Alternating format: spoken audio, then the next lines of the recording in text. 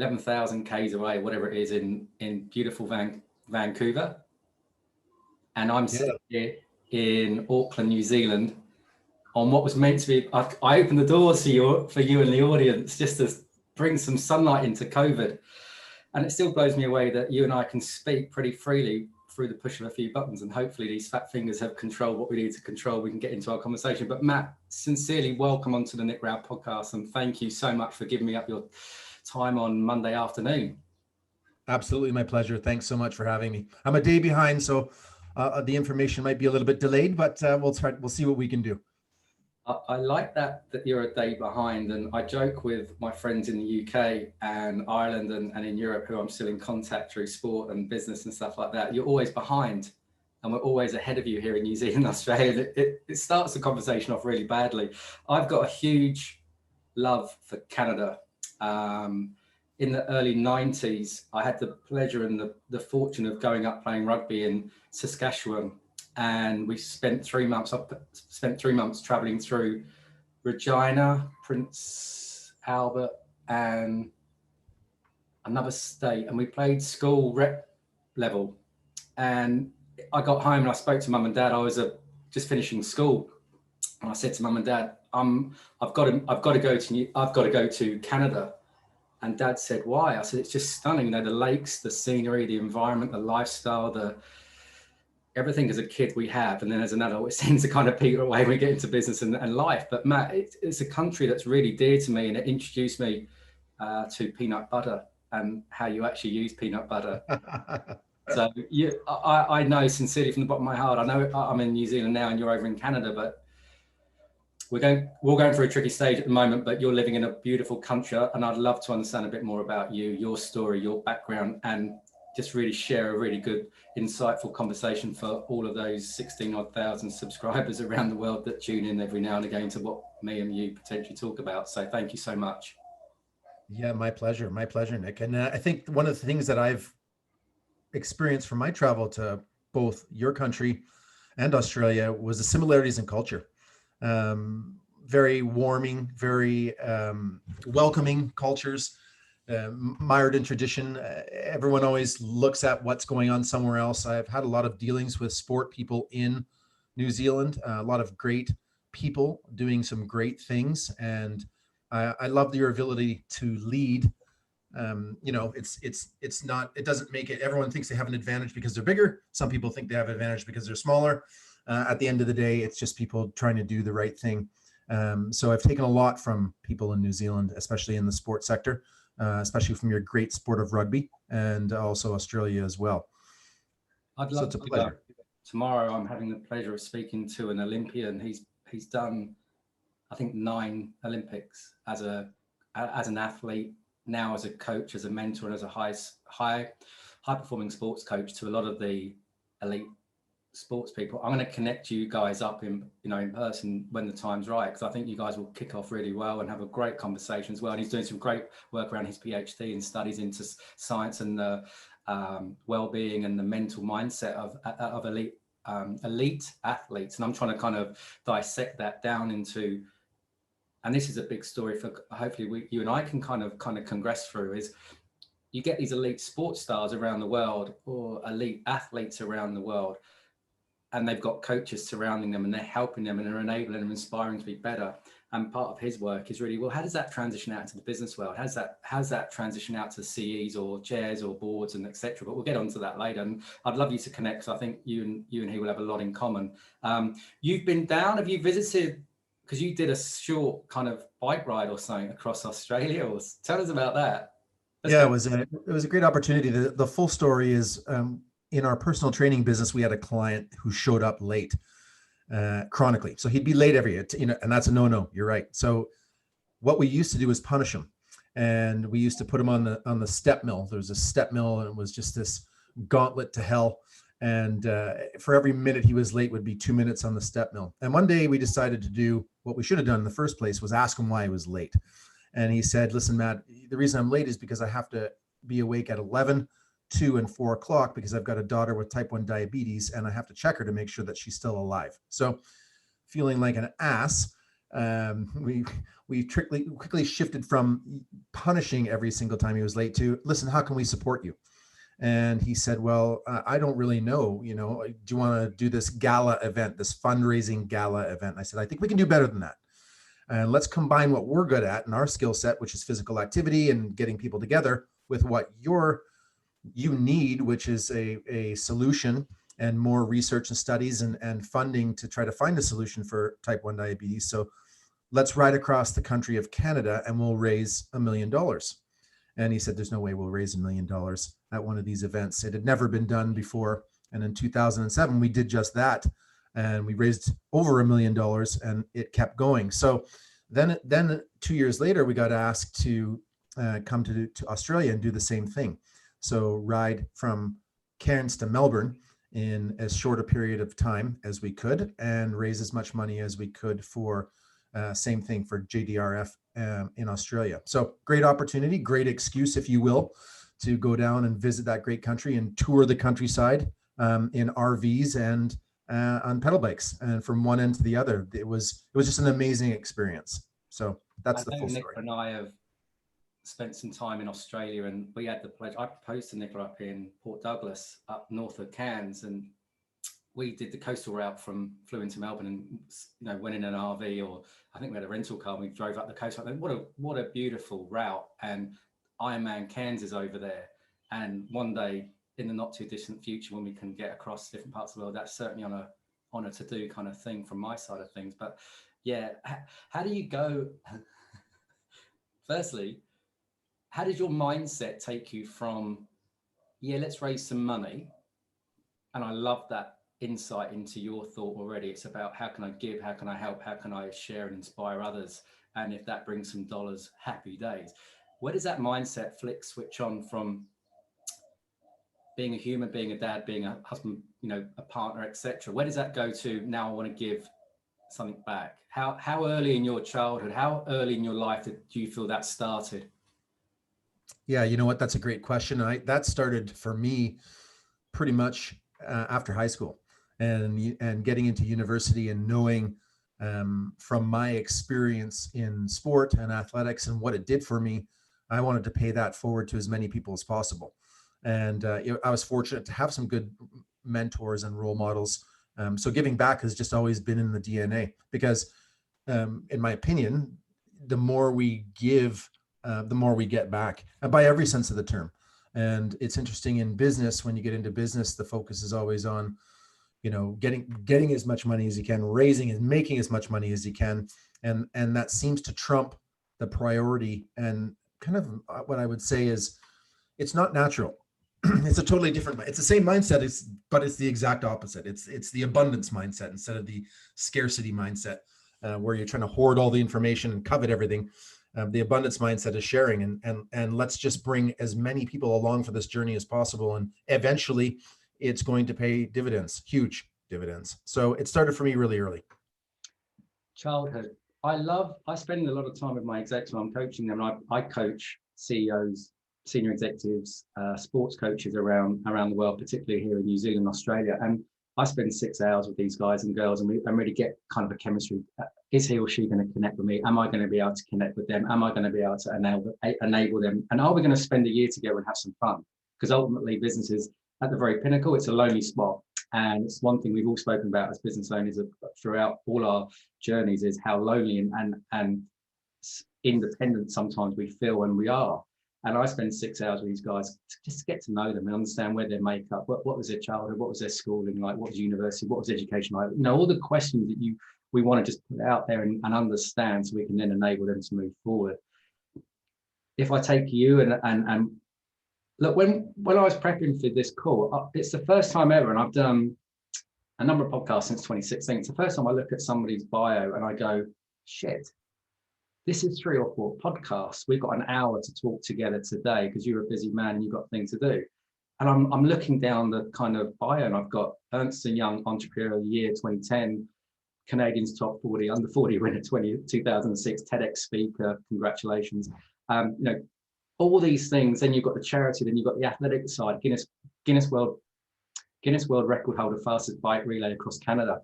I'm just going, no, stop. This is the first time I've had to go stop, and let's just slow things down, because I don't think we're going to be able to cover your story, your story, but also what you're doing and why you're putting a dent in the world in 1 hour. So I hope that's okay. And if we enjoy each other's company, I'm sure we'll jump on again. But childhood, growing up, I'm taking it as education, schooling in Canada, or did you travel through your young age group? Talk me through that.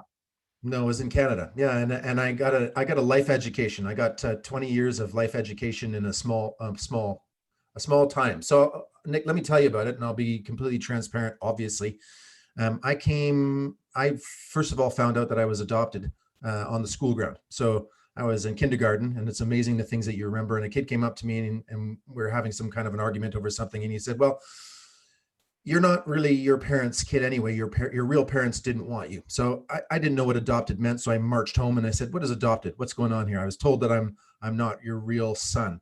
And that was the first kind of foyer into something was different. And so I was noticeably different than my adopted mother and father, and also my adopted sister. My skin was a lot darker. I am mixed race, but not visible minority, but I am mixed race enough for people to go, okay, something's unique there. So that was number one. Number two was that was the next kind of theory that I had to unravel. Was I was different in the small town, which was predominantly white. So the racism and bullying and all the things that we're talking about now were live and well. I learned the 10,000 hour rule by running home through the community almost on a daily basis, being chased by a bunch of sixth graders saying, "Get the nigger." And then I'd turn off to the country road and make my way home. So this happened, and it was quite confusing, as you can imagine, as a kid. What is this? What is happening? I got on a high school bus when I was in grade 7, and somebody said, "There's no niggers on this bus." And I sat down because I didn't actually, I wasn't drawing and making the connection that they were actually talking about me. I'd be at parties in high school, and I'd have to leave because there was people that wanted to, quote unquote, I'm gonna get the nigger and kill the nigger. So I had to deal with that. So that was the second thing. And then the third trifecta, as you know, things come in threes. My adopted mother had a prescription drug addiction that manifested itself in physical and mental abuse from the time that I can remember until the time I grabbed her by the shirt collars and said, "If you continue this one more time, I'm going to kill you." So if we're going to get right to the raw essence of who I am and why I do what I do, I think we need to start there in terms of childhood. So basically what had happened on the good side of all this is I learned to be a really good athlete, and I learned to be really good at sports. So I would sleep in my clothes. And when my father, who was a physician in the local community, went to work, I would throw off the covers and get the hell out of the house before my mother woke up. So I'd go to the track and field and I'd be there. So I said, "Well, I'm here. I might as well start running. I might as well start doing stuff." So when I say literally I've done the 10,000 hour rule, I had the 10,000 hour rule mastered before I was 14. And what came of that was positive was a identity with sport, an identity with movement, identity with activity. I started becoming a really good athlete and receiving accolades. It started to becoming my connection. So my social emotional connection to other people. It started developing my character and my confidence. So all of those things that I didn't get or wouldn't get in a normal upbringing, I was able to get through the conduit of sport and health and fitness. So it was only natural that I would go on to university, get my degree in kinesiology. And originally I wanted to teach, and I wanted to be a phys ed teacher and pay it back because I had a really good mentor who believed in me when I didn't believe in myself. And he kept putting me in situations and say, "Yeah, you can do it. Yeah, you're going to go in, you're going to start, even though you're not the best, you're going to play, you're on the team, everyone's playing." And so it was kind of really helped develop my self-esteem and show me the power of other people believing in you. So I knew right away in high school that when I went into university, I wanted to be like that phys ed teacher.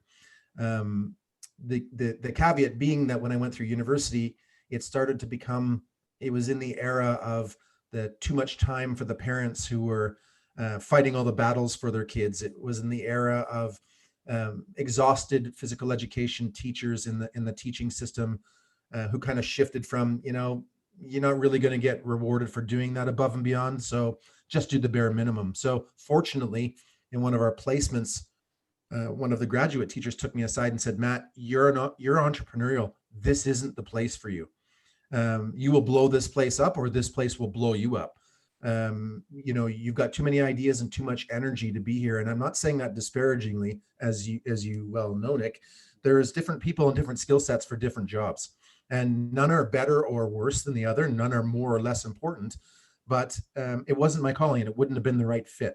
So instead, we got into the personal training business, and I'm sure we're going to talk about that going forward. But that's basically the Cole's Notes in 5 minutes or less of kind of childhood to really university and graduate. And those were the things that I'm going to say something that's probably come out wrong. I'm sickened to the core when I hear that.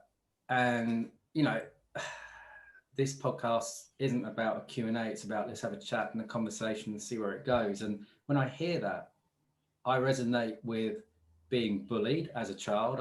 I'm dyslexic. And when you're at the bottom of the pack and we're at the bottom of the class and you're told constantly every day, hey, you're thick, you'll make nothing of your life. I don't want to put words into your mouth, but my words are you grow an understanding and an appreciation of how you want to treat people and how you would expect people to treat you back, Matt. And when I hear that about that language, when I hear it about the people's behaviors, and this ain't that long ago, with all due respect, we're young, both of us, and this isn't that long ago. To hear that, it makes me feel sick to the core. And as somebody who's been bullied and seen it firsthand and tasted it firsthand, you do run pretty bloody quickly. You do learn how the art of street dancing, which corner to duck down, which road to come along, which route to take, which bus not to get on, which bike road, all those sort of things as a kid. And I wonder, because the more and more I do the best job in the world, I coach people, I've got the best job in the world, and I can't stress it enough, but every day I get to sit with people like you around the world and we have meaningful conversations. And one thing that's really important is the more I understand people like yourself and fellow business owners and leaders, there hasn't been a simple, here's a silver spoon, here we go, have a little bit more sugar, Matthew, and you're going to be really great at what you do. Everyone, I'm going to say this bluntly, but everyone's faced a bit of not the name calling, that's the first one for me, and that's why I probably feel a bit sick to the core to hear that, as opposed to that's just the wrong thing in general, completely wrong thing.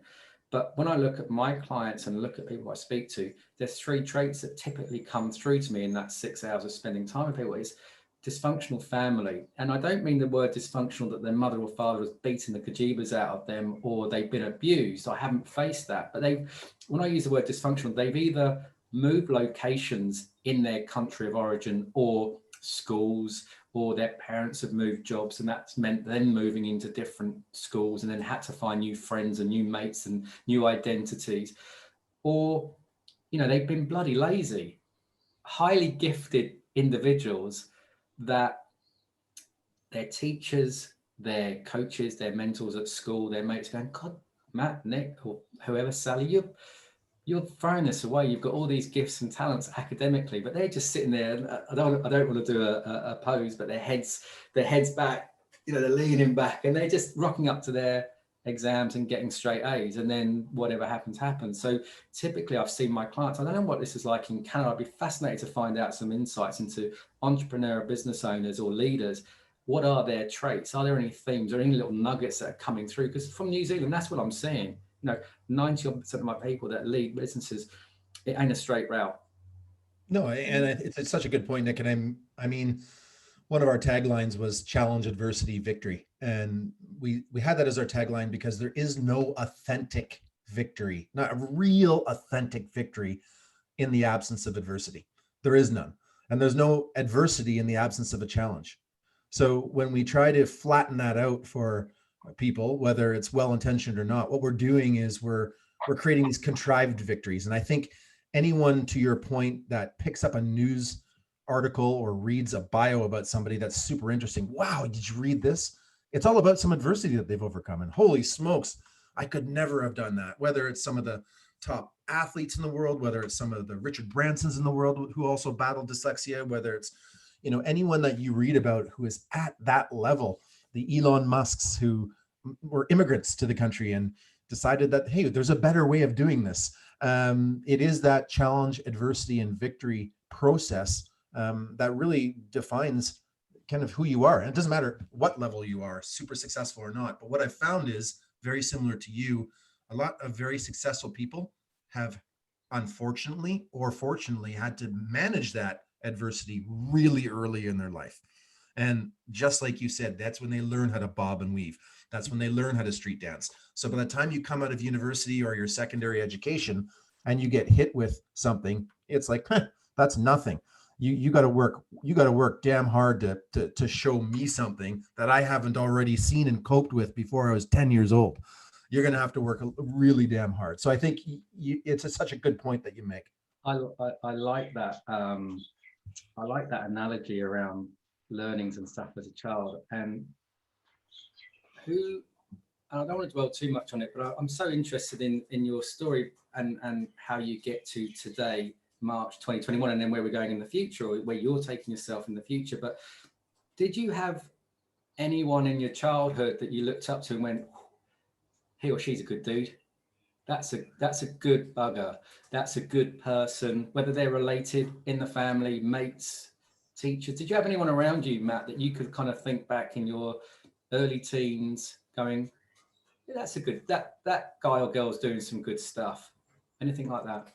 Yeah, obviously, because I was in sports, I migrated to the jocks and the jockettes, and wanted to be around them and be like them. That was the tribe. That was my tribe. And leading that tribe were the physical education teachers. And like I alluded to, there was one in particular who I had a lot of respect for. Again, because he now I look back, he was showing me that I believed and I belonged, and he was doing his part. He didn't overstep it. He didn't overdo it. As a matter of fact, the turning point, one of the turning points and aha moments of my life and transformational moments, was when he stood me up in front of the phys ed class, and I thought I was about to get a bunch of accolades, and he undressed me and he just said, here's a person that has all the skills and talents and gifts. And what would you give Johnny and Jenny to have a scholarship at a university? Well, you probably can't have one. This guy could have one, and he's pissing it away because he's deciding to be a knucklehead. And and he left me with 3 really important lessons. And like I said, number 1, there's no authentic victory without adversity, and there's no adversity without a challenge. And how people respond to a challenge will tell you everything you need to know about them. How anyone responds to a challenge in their life will tell you everything you need to know about them. And the next day I ditched the posse, shelved all the drugs and the nonsense, and said, okay, challenge accepted. And I went in and said, I accept the challenge. And he said, listen, don't accept it for me, accept it for you. And I said, yeah, okay, done. And I'll never forget that. Every year I call him and I update him on how we've paid that forward and the impact that he's still having, even though long retired, on people through myself, through other students that he gave the same experience to. So yeah, I'd say he's the number one. I absolutely love that. You've been courageous enough to listen to somebody's viewpoint, and it's just a viewpoint. You can choose to take it or choose to chuck it in the bin. You lent into choosing it. And what's really beautiful, and that's probably the makeup of you as a man, is still in contact with that dude, and still in contact with it once a year, and updating him on how we're going and how we're progressing. And I bet that guy will just, I don't know, but I'm assuming that guy will just be so blessed that, if he's been a lecturer or a coach or whatever you want to call it in varsity, and he's coached so many different kids and students throughout his time, we all remember our teachers, our favorite teachers at school and uni. We all remember those that really inspired us or encouraged us or gave us a kick up the arse, whatever way you want to talk about it. But I just think that's so important that we reach back out to those that have shaped who we are today. I'm, as I said, and being dyslexic, writing is a struggle, but I'm writing like little cards. And what I've done But what I'm doing is writing back to people that really impacted me. I'm going to struggle with finding out where they live to actually physically post something. Right. But I just think it's such an important thing that every now and again we take a pause for time to reflect and say, hey, look, Matt, whoever, you may not know this, but I want to say thank you because of X. And I'm actually going to track back down those bullies and those individuals. I know their faces. You know people that have You never forget them. You never forget them. And it's shaped the guy I am now and the father and the husband I am now. And I'm going to write back to them and just say thank you. Thank you for making my life really shit at the time, but you've really helped me do what I'm doing now and be the person I am. So we choose our paths, don't we? Before we talk about business, or I use the word business in loose.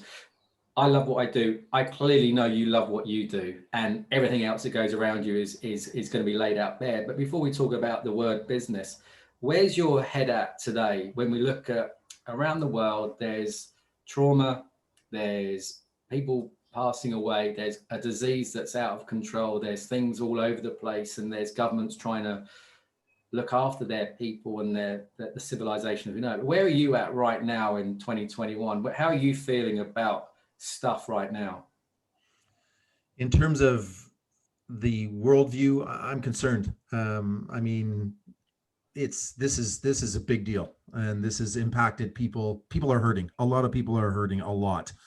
And, the bifurcation of socioeconomics is real.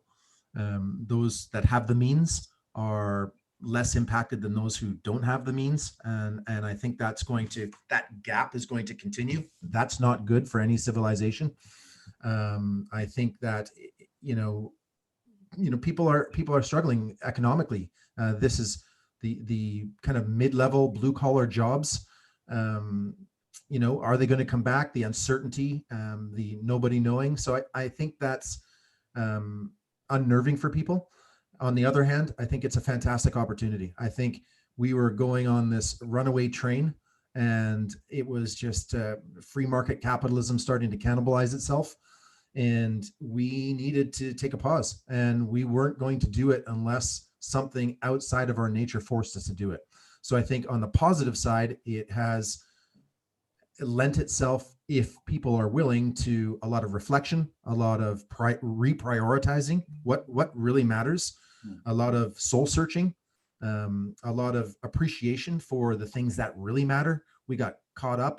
Even I got caught up, and we all get caught up sometimes in things that they don't really matter. And what this did was really articulate what really matters and what doesn't really matter.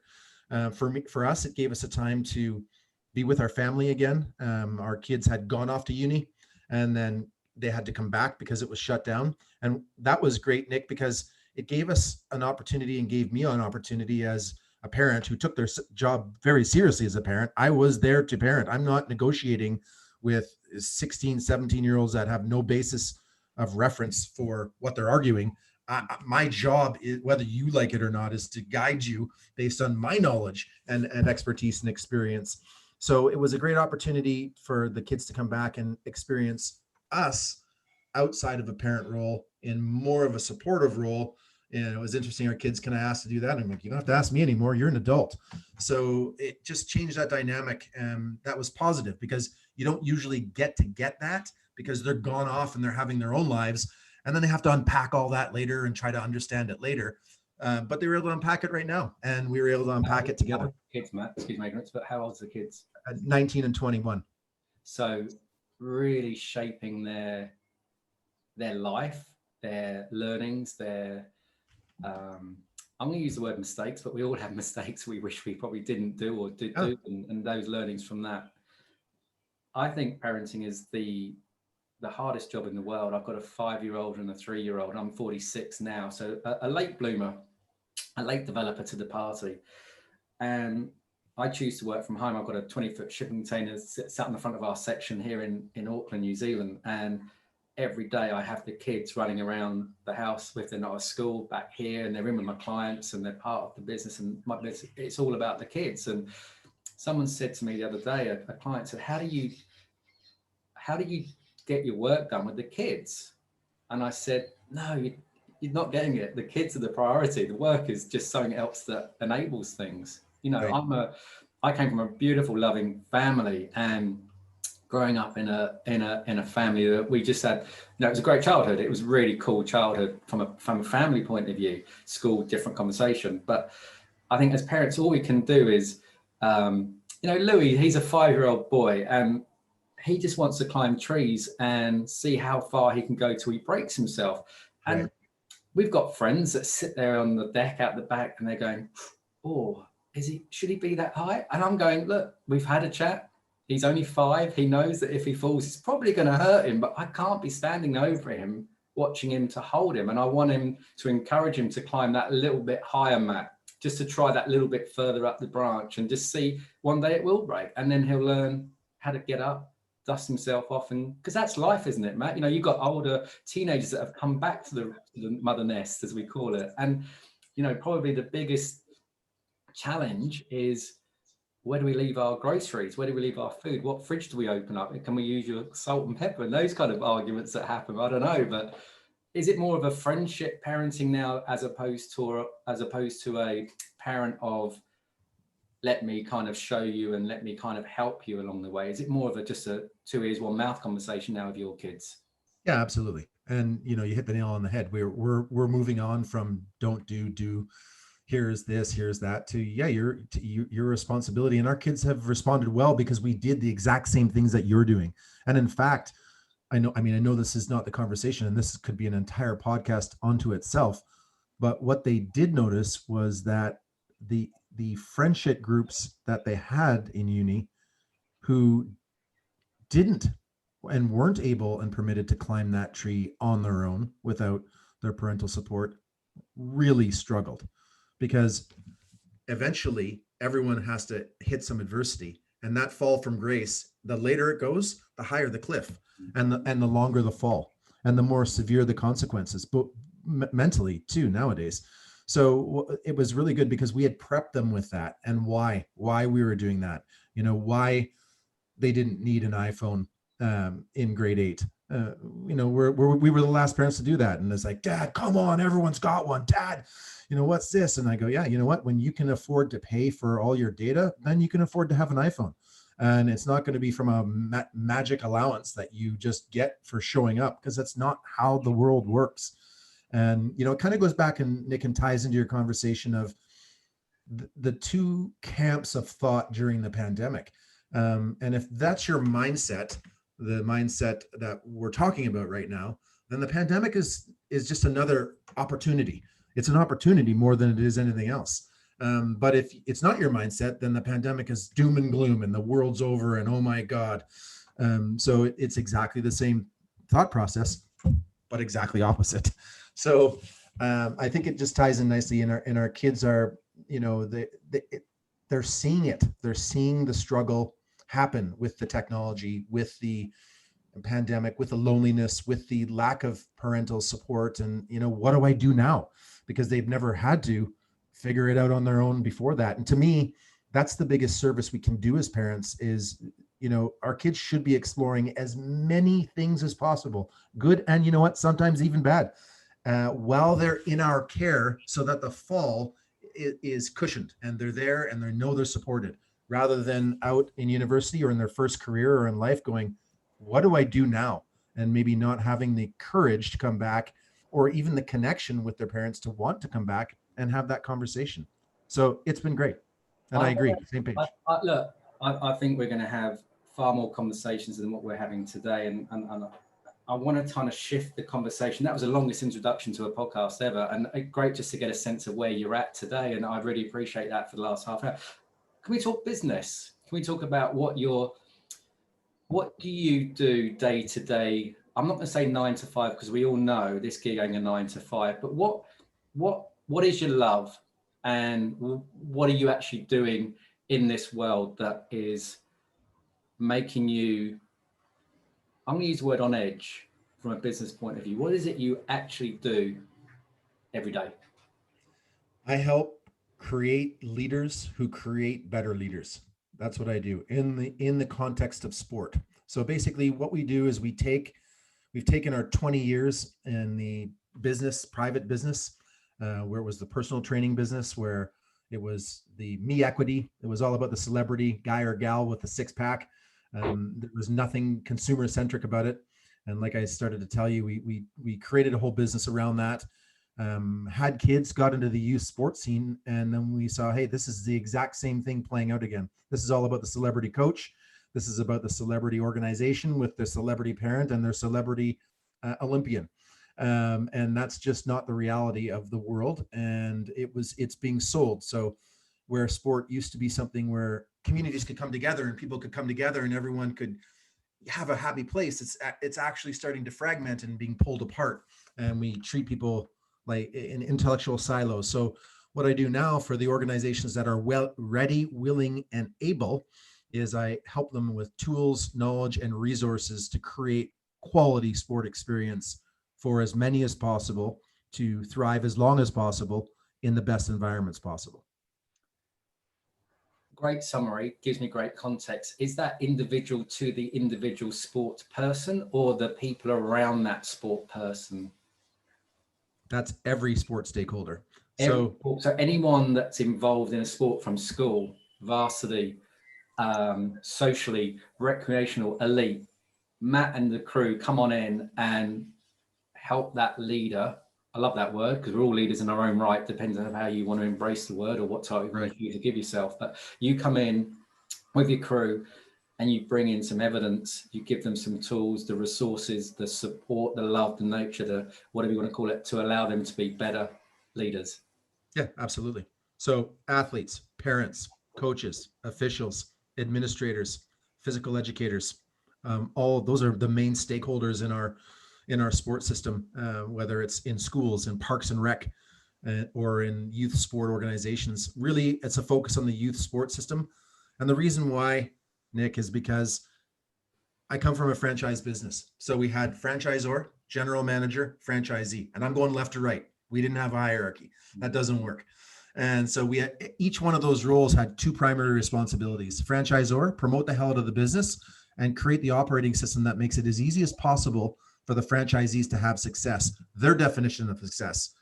Is that money? Is that scale? Is that scope? Whatever it is, our job to keep a healthy franchisee is to make that as easy as possible. That's through an operating system. Okay. Then you got a general manager. Any issues, complaints, innovation, they're dealing with it. They're packaging it. They're liaising between the franchisor and franchisee, smooth transition. Number one. And number two, they're keeping the franchisees in compliance with the operations manual. They're the accountability. And then you've got the franchisees or the franchises. Their two jobs are to, promote the heck out of the business and service the clients, their clients, number one. And number two, make sure they're in compliant with the operating system. We've traveled the world in sport. Nowhere in the world has the top level of sport, the International Olympic Committees or the Olympic Foundations or the pro sports organizations, created the operating system for the grassroots level, entry level of sport. Nowhere. So what you have at the grassroots is well-meaning Jenny and Johnny, parent, who've signed up, who've put their hand up at an AGM and said, we need a treasurer. Oh, okay, perfect. Nick, that's you. Without even asking if Nick has any experience in anything. And we're going on the volunteer basis and we're not giving them any tools to support their development. So they've got the business of sport, which is a big business. I mean, in North America, it's a $20 billion a year business, has no operating system, and it has the least educated and most self-interested people operating with no checks and balances at the foundation of the sports system. So we can see participations dropping, which is putting everybody on notice. There's a number of reasons for that. Lack of free play, lack of fundamental movement skills, marginalization of physical education, cost, poor coaching, technology, early sports specialization. They're all having an impact globally. So I've talked to New Zealand, Sport New Zealand about this, Sport Australia, University of Australia, England, Norway. After they won the Olympics, we talked to 26 sport federations and they said, Matt, we're worried about who are we going to have as athletes in the next 20 to 30 years if we keep trending like this? So it's a global issue, and the lack of quality sport is a global issue. You'll hear from FIFA, hey, we need to focus on the holistic development of these young men and women. It can't be the win at all cost. We can't have this 1% high performance model shoved on everybody, and burning them out of sports. I mean, even your national sport had to have a reckoning with itself, and it is used as a case study for culture in sport, and still it ran away. So it had to be reeled in a little bit. And you read the book Legacy, and yeah, exactly.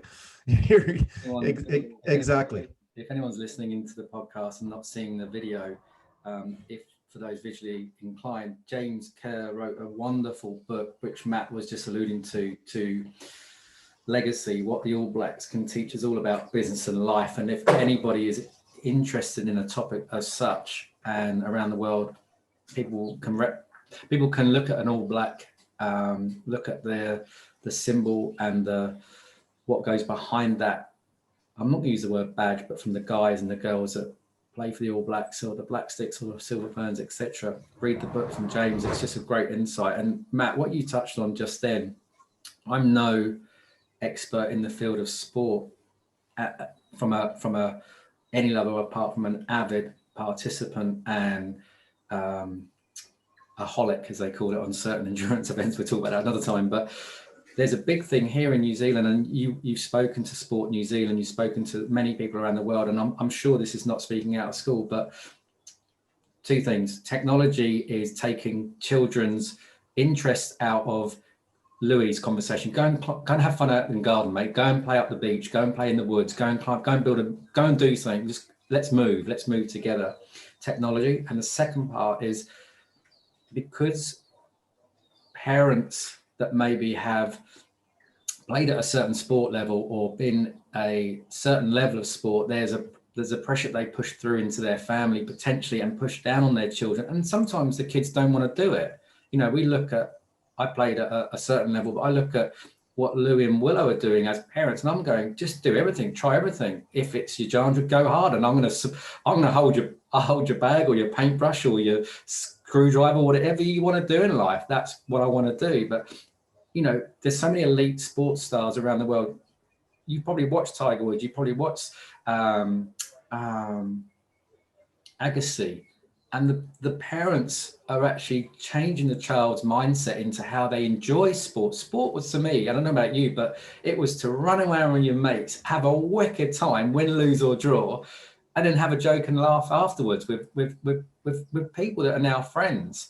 And I wonder at that elite level, there's so much money riding at this from these governments, from the Olympics, from the committees, from the sponsorship, the deals that are getting done for sponsorship. There's so much financial risk and reward associated to sport. My concern is parents will go, I don't want little Johnny or little Matthew or little Izzy doing this because I want them to try other things in life. And you're right, rugby over here in New Zealand, which is our national sport, have gone, we're worried about the future of players. Where are they going? Because there's so many different sports now. There's BMXing, and I'm glad there's so many choices of sport, because that's what life's about. It's about options.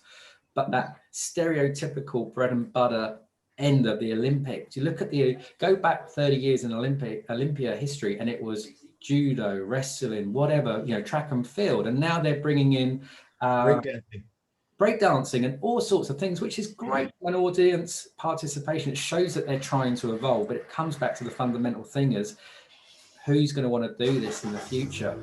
And are we allowing our children and giving them the opportunities as best we can as parents or as adults or as friends, and just say, try it. And I think you've probably had a few mentors or coaches in your time, like I did playing rugby, where they've gone, there's something about you, Nick, you can take this far, Matt, you can take this up another notch if you want to do it. There's a door opening. That's not opened up for every single human in this world. But I think if I'm understanding your business, it's about giving some processes, giving some tools, giving some really rounded structure to help at the grassroots level shape things so they can still have fun, kids can still go out and play, and then the grassroots feed up the next tier, the feed up the next tier. And is that really simplifying, dumbing down your model? And I don't mean to dumb things down, but yep, no, absolutely. What if there's more participation, there's going to be more high performance because people are going to love the sport more. We don't need to push that high performance on the kids early. If you look at most of the athletes, they found their own path. And the best we can do for them is actually get out of their way and let them make those decisions and let them fall in love with a sport. And whatever sport that is, it doesn't matter. New Zealand is not ever going to be in a deficit for young men and women that want to play the great sport of rugby and represent the All Blacks ever. They're never going to be there unless we push everyone to get there by the time there's 10. Then there might not be that interest. And I think it's just anything, you know this, it's human nature. We tend to go all the way over here and all the way back. We can never really find that happy medium, which is where we need to be. So yes, that's what we do. That's where we are. Tell me what it's like having this passion, this drive, this energy to do what you do in your business with your business hat on, and you're sitting. I'm assuming you're talking to the real pinnacle of decision makers. So I'm going to say, without putting words in your mouth, but governments, sports officials, those that have the purse strings, those that can move the needle, those that can go, we're doing it. Where does your mindset, where do your thinking come in when you're talking to these guys and girls, and your passion's clearly there, your energy is clearly there for the results and for the well-being and everything else that you're doing, and you've got a gatekeeper sitting the other end of the phone and they're looking at a number and a dollar sign because that's how they're tracking everything in this world is back to the cent or the dollar. I don't know any CEO who's and this probably might change pretty quickly, but I don't know any CEO who's targeted on how they help and inspire their great people around them to be better. Their only metrics is on what's the profit in the business that you and your team have allocated to. In my lifetime, I would give my left arm, that's my right because I'm dyslexic, but my left and right arm and give that away if we could just change that mindset. But when you're sitting with these government officials who can make a decision with the pen and they're saying no, what are some of the things that they're saying no to? Because to me, impartially, it just sounds magic. Let's get on with it. But what are the kind of things that they're saying no or hesitant towards that maybe we could educate people on? Yeah. So you know this very well because you're a business coach. So let's just go through the change paradigms, right? Change is inevitable. It's inevitable. Let's start there. That's number one. Number two, change will happen by design or by disaster. And more times it happens by disaster. We let it burn right to the ground and then everyone bands together. We don't really have the foresight or proactiveness to go, hang on a second, this isn't going to work long term. Yeah, it's great for like you just alluded to, it's great for my tenure, my executive director tenure, which is 4 years, paycheck, I got it. But then what happens? And we all know great leadership is leaving organizations in better standings than you found them. Not when you leave, the organization dies. That's crap leadership. So anyway, change. It happens by design or by disaster. It's inevitable. Everyone wants change, but no one wants to change. So everyone wants everyone else to do the change. And everyone loves the notion of accountability until it's their guy. So everyone, yeah, let's bring in these metrics. Let's do this. Well, hang on a second. This is going to make me look bad. So I know you already know the answer to what we come up against in the government sector a lot. It's a lot of people that are in self-preservation mode, quite frankly. A lot of people that are scared to and don't want to put their necks on the line. And some of them rightly so. Wrongly, if you look at really who this is for, which is the young men and women, not only in sport, but in health in your country and the vitality of your nation. But they get into self-preservation mode, and we see it all the time. It's a loss of control. It's a admission that there's going to be, someone could have a better idea. And we already know that what we see is, we'll see an academic table, and it's usually around research. And well, we got the latest research here, we got this research, this, and says this and says that. Well, where's the behavior change management expert at the table? Where's the diversity and inclusion expert at the table? Where's the gender equity representation at the table? Where is the business person at the table? If you don't have that well-roundedness of the organization, then you're getting the same opinion that you've always got, which begs the question, why did you do the research in the first place? Why didn't you just continue doing what you were doing? You just used the research to validate what you were already doing. You could have saved a lot of money. So that's some of the frustrating points that we come up against, Nick. Some of the good things are when you do have somebody that is in a leadership position. We were contacted by the PGA of America, and they said, we have who is very well funded and has access to a multitude of expertise, and said, listen, we need your support. We need help. We have looked all around the world. We've found out that you're the person that can help us with this. Can you come in and help? And I think, isn't that the example of the leadership in an organization that you want? If you can't get it done internally, do you pretend that you got it covered, or do you go outside and do you get expertise and help? And I know I don't need to tell you this. This is your career. This is what you do. You coach business owners and business leaders how to take their game from here to here, how to help them get from where they are to where they want to be. And that process is all predicated on change. I don't know about Canada. In New Zealand, I've started to do a lot of work with very senior executives doing reverse mentoring. And I don't know if it's a thing in Canada, but again, we're 11,000 Ks away from each other, albeit we're across a room together. And I wish to God we could be sitting in the same room one day having a coffee and really having a greater conversation, but that will come, I'm sure. But I'm doing a thing where I'm getting a lot of my execs to do reverse mentoring. So typically, and we all know the difference between mentoring and coaching. Don't go there. It's a completely different game. It's hockey and rugby. There you go. It's how different I see mentoring and coaching. But I don't want to go there today on this chat with you. But the essence of reverse mentoring is you've got somebody who's a CE or sitting around the boardroom, and they're being mentored by somebody who's, say, a graduate coming into the business fresh off the boat, fresh out of varsity, fresh out of school. You know, we've all been there, bright-eyed, bushy-tailed, wanting to just share and learn and absorb. And some of my clients have gone, you know, Nick, that's been some of the best learnings I've had, is by sharing some time with him or her and him, who are age completely opposite end of the spectrums. You know, average C up here is 40, 45, 52, something like that. Graduates coming in 18 to 20. If you chuck them in a room and let them mentor and talk together and just see how the game shapes. Is that something that Canadians take on board, or is it very much, I need somebody who's older, Nick, who's wiser, who's got more grey hairs than me to really lean on? Where does that sit from your observations, Matt? Yeah, from the perspective of what you're doing, I think it's brilliant, because in a world that changes basically daily and weekly in terms of innovation, to rely on the same things that got you from where you were to where you are and think that they're going to get you from where you are to where you want to be, it's just not going to happen. You need young people, their opinion, their enthusiasm, their energy. You want that. You want to vaunt that. Does it happen in Canada? Not nearly enough. Not nearly enough. We default to, these are the people that have always done it. This is the group we go to. We know we're going to get it done. Let's check the box.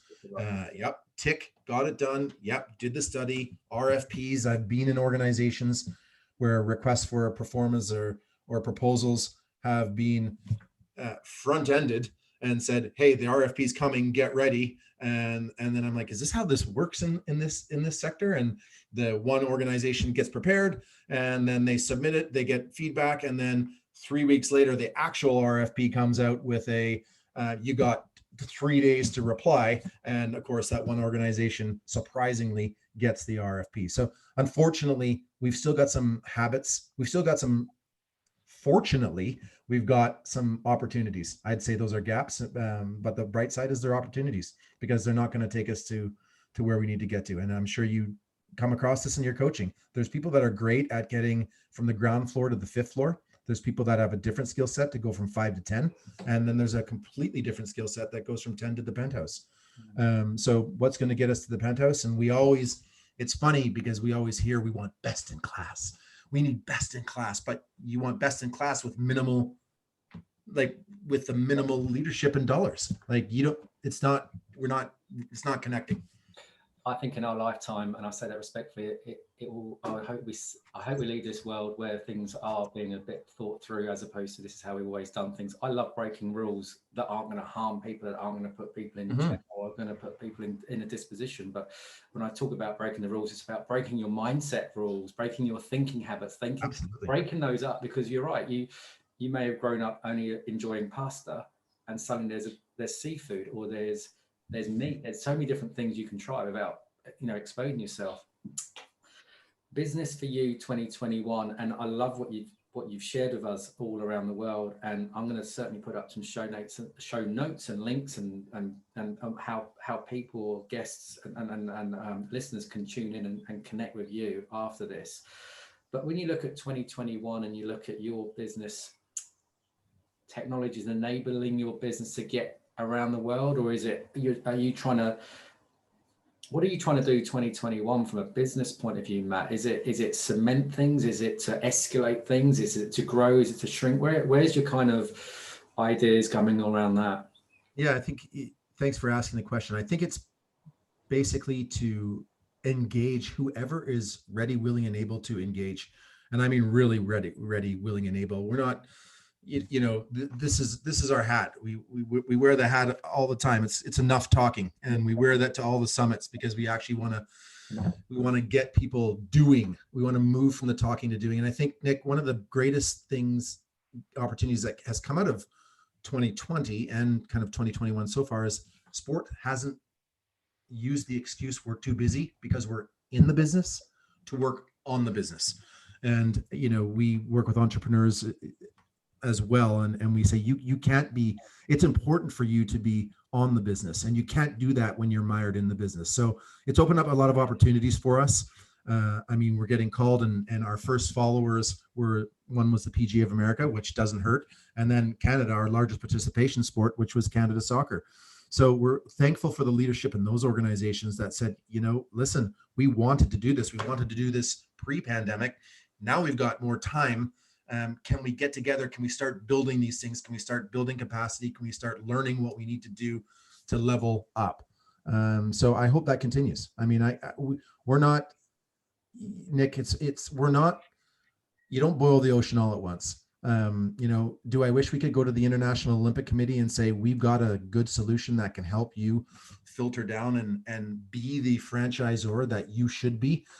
You're doing a great job of hosting parties in other people's countries, but there's a big opportunity for you to actually take that money, income, influence, and power and actually reinvest it so you have a top-down, bottom-up approach.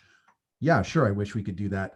But it really depends on the readiness of the organization.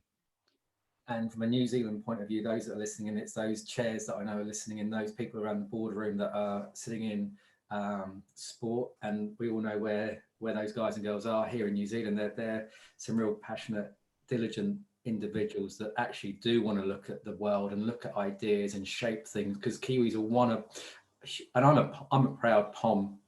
I've lived in New Zealand for many years. My wife's a Kiwi, the kids are Kiwi. I can see that the ability for Kiwis to try, fail, try, do, succeed. It's just, it's in when you're born, it's there. It's kind of a big thing that comes out as children in New Zealand. They just want to try things and try and see if there's an opportunity to make it work. So I'm encouraging any of my listeners here and also with Matt's listeners, get in contact and see how that might look, how that could shape, because all it is a conversation. At the start, it's a conversation about what Matt's doing in his world, and therefore what are the learnings that Matt could probably take into his business that we're doing in here or Australia or any parts of the world, and tweak things, because together things will move forward. If it's all done on one shoulder, which is young Matthew, it's going to be a hard road to climb, isn't it? So we need people around to share ideas and be vulnerable enough to say, look, we haven't got the answer, but here, this is a starting point. How do we move forward? I've seen some wickedly successful businesses here in New Zealand start from a garage that are now being bought, listed on American stock, big businesses now impacting the world. And I love that. And I think this is what I'm hearing from you. And what I'd love to try and do is connect you into those people that I and we may have a relationship with, at least to see where that could take, and let the conversation flow through, because we're not that far away when it comes to this ability to talk and get things done. Yeah. Isn't that the truth? I just want to echo what you just said together. And what I find interesting is is how we coach kids and coach teams in terms of roles, responsibilities, believe, buy into the culture, buy into the system. Let's do this together. Yet at the operational level, we struggle. It's and that is the greatest opportunity. And you're absolutely right when you talk about it not being on one person's shoulders. We have to start behaving in the administration of sport exactly the same way as we're preaching and coaching that kids play sport.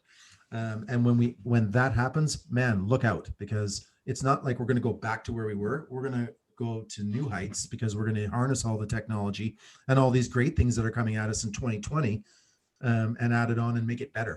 So we're going to build it back better, and we're going to build it back stronger than it was if we decide that we're going to do it together. So thank you for saying that. No, I think it's really important. Sometimes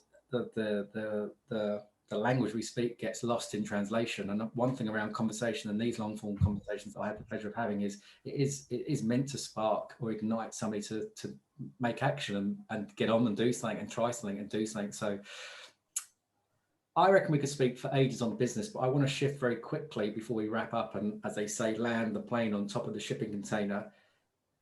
I've got to ask, because I'm loving at the moment the ability for me to go back into long distance ultra endurance sport.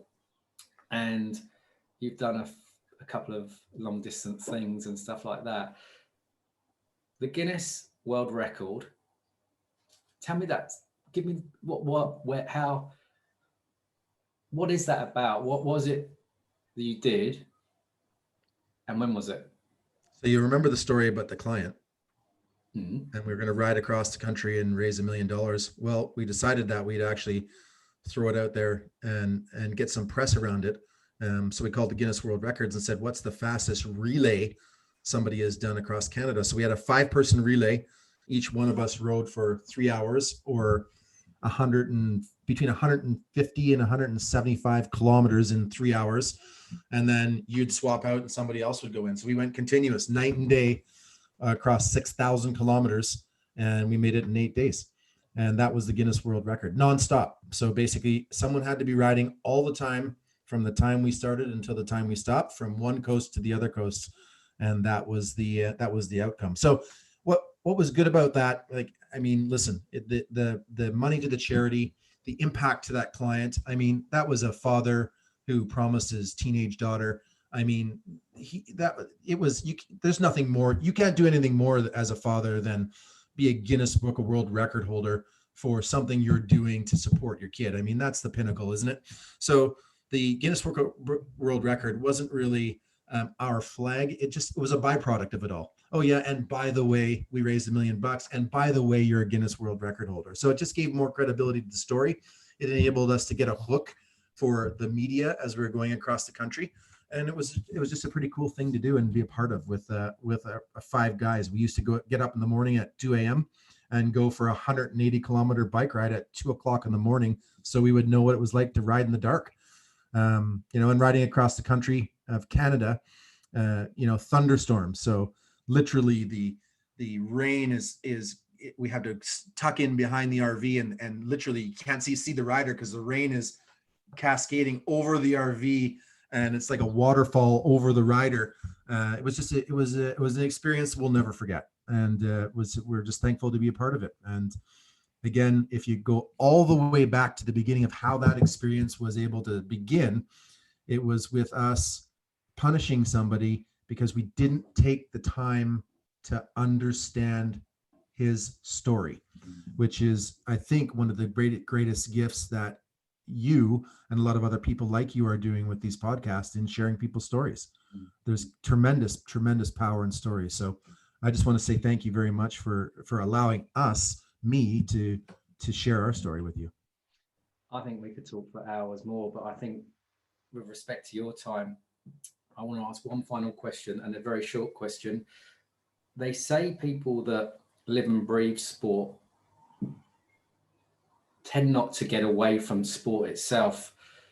And you've just spoken to us all over the last hour, all about the impact you're having around the world. Very quickly, what's the off button for you? What do you do to get away? Good question. I like physical activity.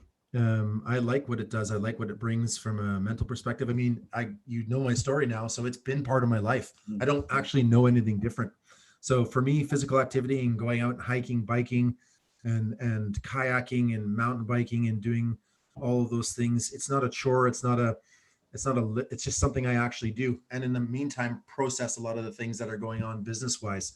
So that's what I like to do. I like to experience different places. If I combine that with I mean, we've been on what is there, 7 continents? 5. So I should know this. We've been on 5 of the 7 continents of the world, doing something active, and bringing people along for journeys that they'll never forget. 70-year-old people at the top of Kilimanjaro after they've just urinated all over themselves and are in this whole state of what am I doing here? But at the same time, this is the greatest experience of my life. And I've had Ferraris and I've had businesses and I've done all this, but this was me. I actually climbed to the one of the highest mountains in Africa. So that's what I like doing. I like paying it forward, bringing other people along for their journey, and really helping other people find their magic and their spark through physical fitness or leadership or this process. Let's wrap it up today. And I want to say one last thing. If there are people listening here that want to connect you as quickly as possible into you to start talking and having conversation, because this is what I want. This is my mission, is to allow somebody who knows what they're doing to be connected with somebody who knows what they're doing and see where the world goes. And we're all going to be in a better place. So what is the quickest, best way of somebody sitting here in little old New Zealand, Australia, getting in contact with you in Canada? Yeah, Matt at qualitysporthub.com. Matt at qualitysporthub.com. I will put some show notes up. I'm going to let you back into your evening, to your busy day. I really appreciate your time and thank you for being a wonderful guest of mine on the Nick Roud Podcast. And I want to wish you lots of love and lots of success, and I'll speak to you soon. Thank you, mate.